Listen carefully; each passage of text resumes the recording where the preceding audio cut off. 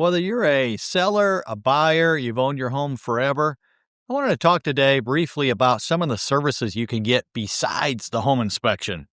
And these are things that we add on.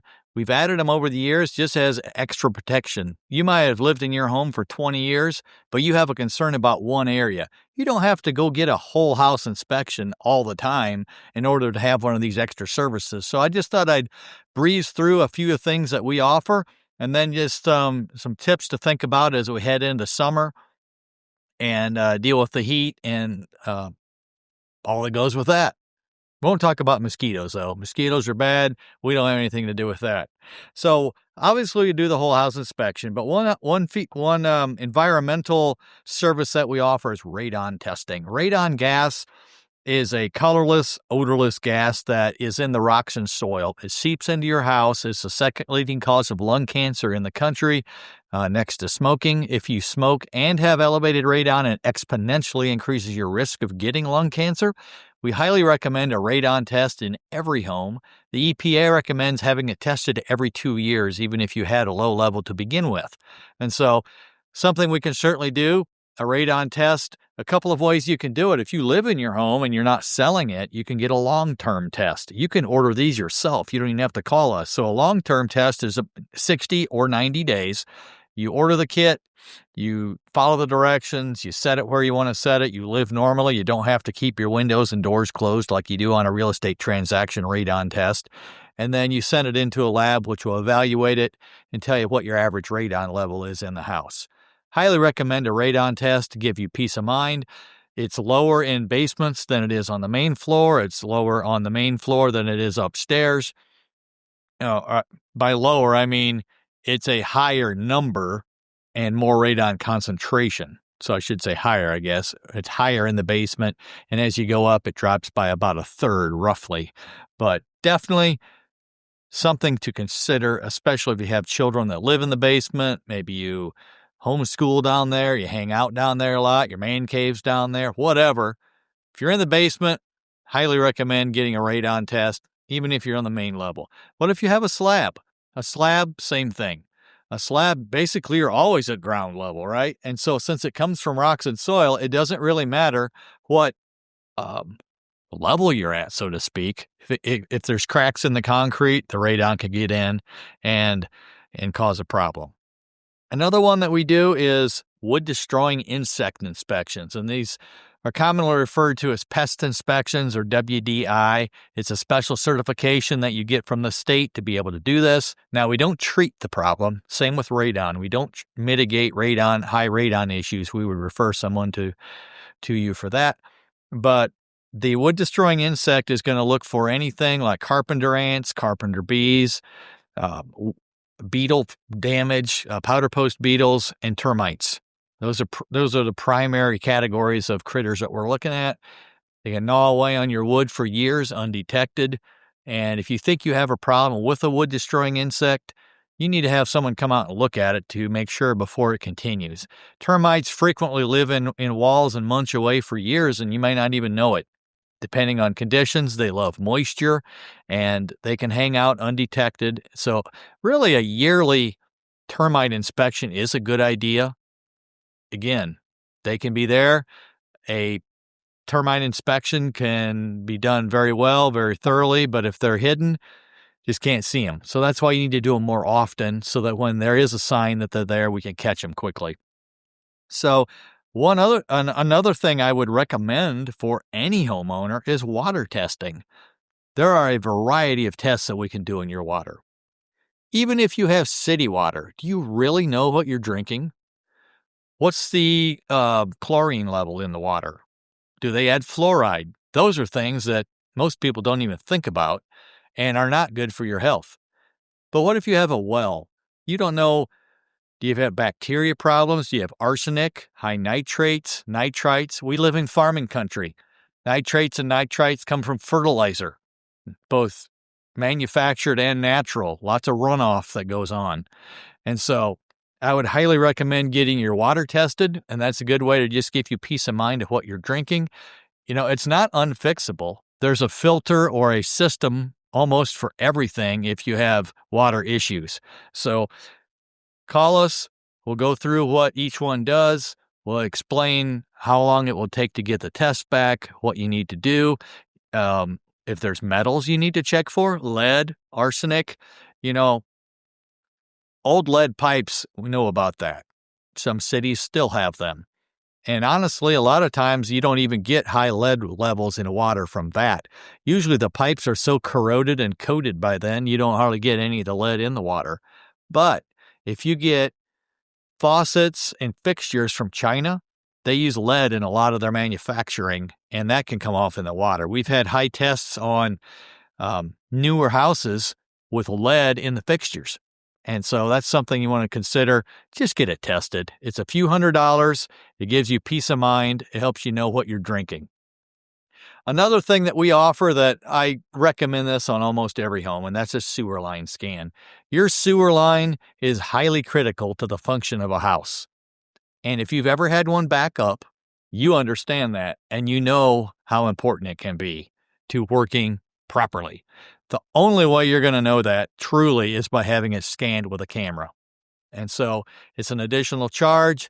It's roughly $250 to come out there, put a camera down the line, make sure it's not cracked, it's not broken, it's not offset too bad, it's sloped the right way, it's not blocked, you don't have roots growing into it, and you don't have heavy scale buildup, which is narrowing, from 3-inch down to 1.5 inches. So all those things matter in a sewer line for the proper function of it. So I highly recommend it. We have testimonials from clients repeatedly. We even have team members that have had problems with their sewer line scan before they even knew anything about them, or not with the sewer line scan, with their sewer line before they knew that you could get a scan. And, they cost thousands of dollars to fix these problems. And so this is probably the single most important one you can do, in my opinion, just because of the potential costs involved in fixing it. Another thing that we can check is well functionality. How do you know how well the well is working? Do you? Just because you're getting water, is it pumping right? Is the bladder tank, usually in the basement or wherever it might be, is it functioning? Is it waterlogged? Do you need a new tank? All those things can matter. If you have a tank that goes bad, your switch is going to go on, off, all the time. Well, that's going to wear your pump out much quicker. And so if you let it go, it's going to lead to a bigger problem. So have someone check out your well, the functionality. Is it pumping the right amount of gallons per minute? And is the pressure at the cut in and the cut offs set like it should be? Do you need someone to service it? Again, we don't service anything, but we will point out issues and recommend you to somebody that can do that. And then we have some environmental testing, lead paint testing, and asbestos. Lead paint is pretty self-explanatory. You get that usually from trim that's painted with old lead paint. They use that up until 1978. It's more of a problem when it is peeling and then anything. And lead paint will kind of dry out and crack in rectangles. And that's a good way to kind of tell if you have it or not. Whereas latex will be more like strips of paint that as it dries out and peels. But lead paint is a little thicker. It was a good product back in the day, but as it deteriorates, chips can fall on the ground. Kids can gnaw on it. Little kids like to eat everything. And so if you have lead paint on the windowsills, it can lead to lead poisoning. It affects brain function, cognitive development, and so forth. So highly recommend lead paint testing as well in homes. It's a simple test and can be done pretty quickly. And asbestos.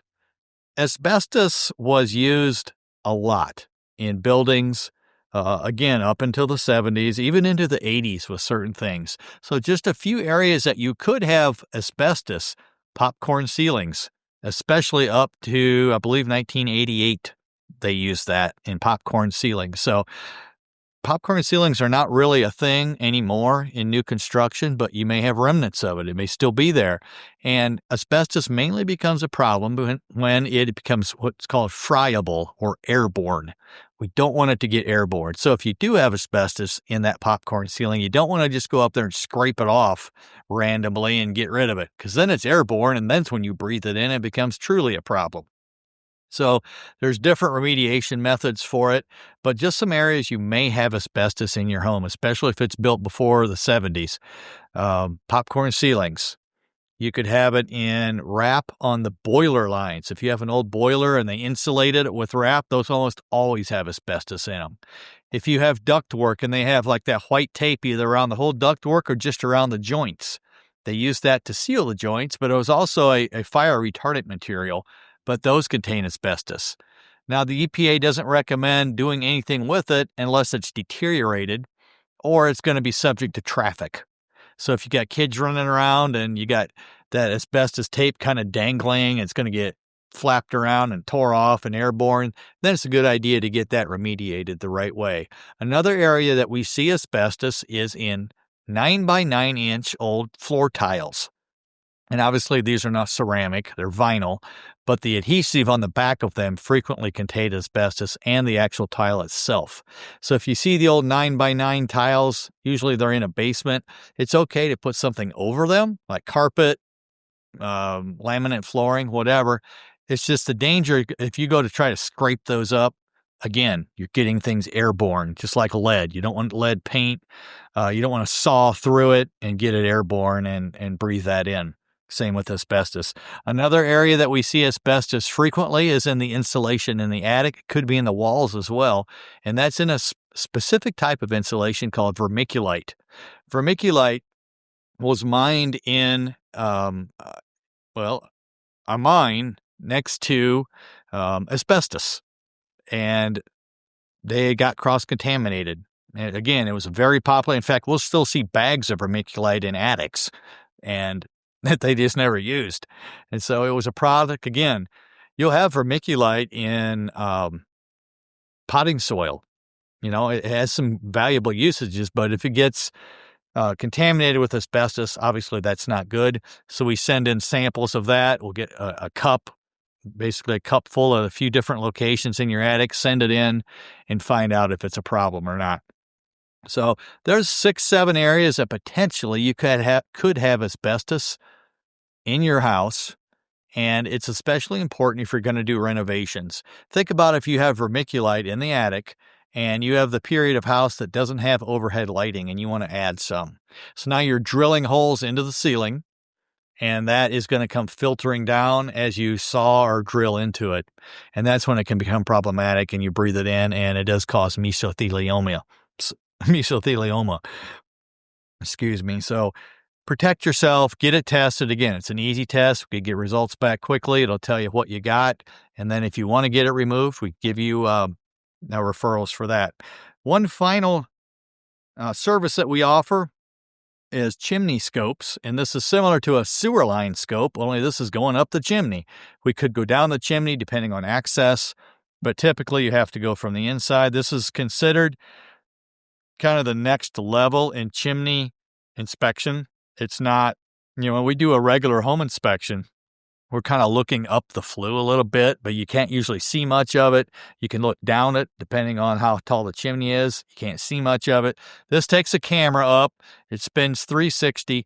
It's going to tell you if we have cracking in the flue liner, the ceramic flue liner, if the ceramic or metal is separated, if there's deterioration.